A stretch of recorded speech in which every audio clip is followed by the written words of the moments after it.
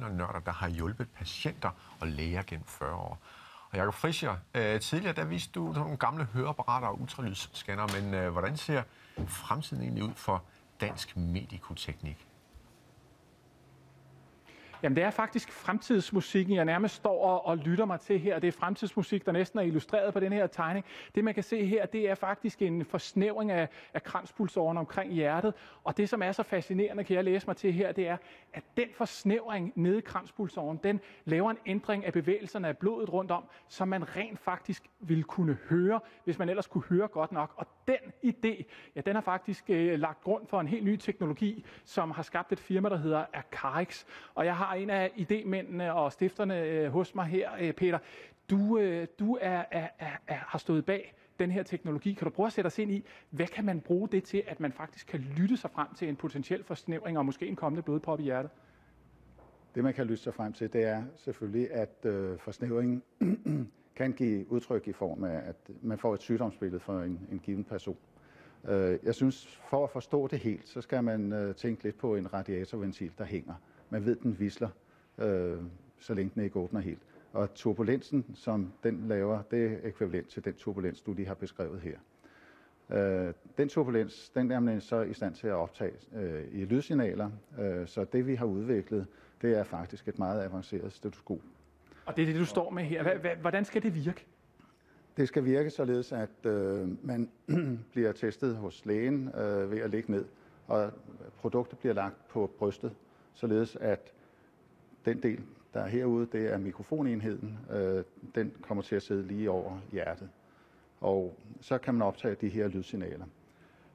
Den anden halvdel af produktet, det er faktisk en computer, som er i stand til at bearbejde de lydsignaler og ekstrahere det, der skal ekstraheres fra dem i forhold til det her. De lydsignaler, vi kigger på planchen herovre, det er faktisk en tusindedel af et hjertelydslag. Så det er meget, meget lave værdier, vi kommer til at arbejde med. Derfor har det altid været meget svært at bearbejde det. Så selve det, at hjertet giver sig nogle mislyde fra sig, hvis der er en arterieforsnævring, det har man vidst i 30 år, eller godt og vel. Men det, som er jo fascinerende, det er jo, at man ville jo kunne finde sådan en potentielt blodprop med en scanning, en CT-scanning for eksempel. Men det her, det kan I gøre meget nemmere og billigere. Ja, jeg vil sige, at CT-scanning kan selvfølgelig ikke matche. Men det vi kan, det er ude hos den privatpraktiserende læge, der kan vi med vores udstyr detektere, om der er forsnævringer eller ej. Og det vil sige, at den privatpraktiserende læge vil være i stand til at sende de rigtige patienter videre til yderligere udredning. Der er således en stor samfundsmæssig økonomisk gevinst på det, men der er selvfølgelig også en patientmæssig gevinst.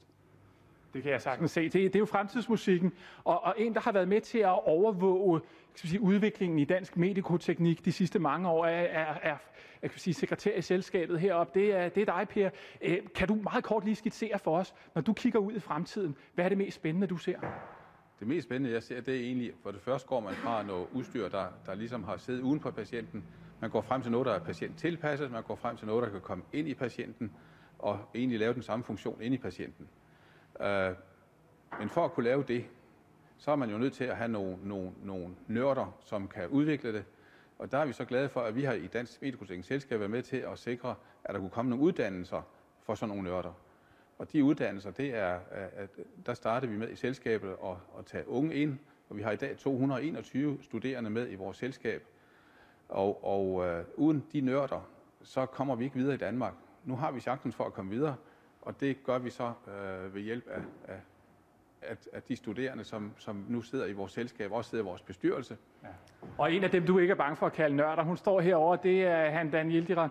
Kunne du prøve at fortælle os, jeg skal nok lade være at kalde dig mere nørd, fordi det du i virkeligheden er, det er, at du lige er blevet færdig med en spændende uddannelse, som kombinerer både medicin og så ingeniørkunst fra DTU, hvor du havner lige nede i det felt. Kan du meget kort prøve at fortælle os, hvad er det, der fascinerer dig dernede i det felt? Jamen, det område, som jeg arbejder på, det er biomaterialer. Det vil sige, det er materialer, som man kan bruge til kroppen, hvor det går ind og reparerer eller erstatter en tabt funktion. Det, som er særlig interessant ved det her område, det er interaktionen mellem kroppen og det materiale, som man udvikler på. Det er meget, meget vigtigt, at kroppen ikke afstøder det her materiale. og det rent faktisk går ind og ikke er toksisk. Eksempler på sådan nogle materialer, det er hofteproteser, det kan være kunstige hjerter, det kan være sutur, det vil sige tråd, man bruger til operationer. Ja, det kunne for eksempel også være det, vi står og kigger på her, nemlig materiale, der skal ind og ligge i blodårene på patienter. Til sidst skal jeg lige vide, er der noget, du rigtig godt kunne tænke dig at være med til at opfinde i din karriere, som du står foran nu, hvis du kigger ned på det her felt? Jamen, det er stadig et meget ukendt område, som man stadig er under udvikling.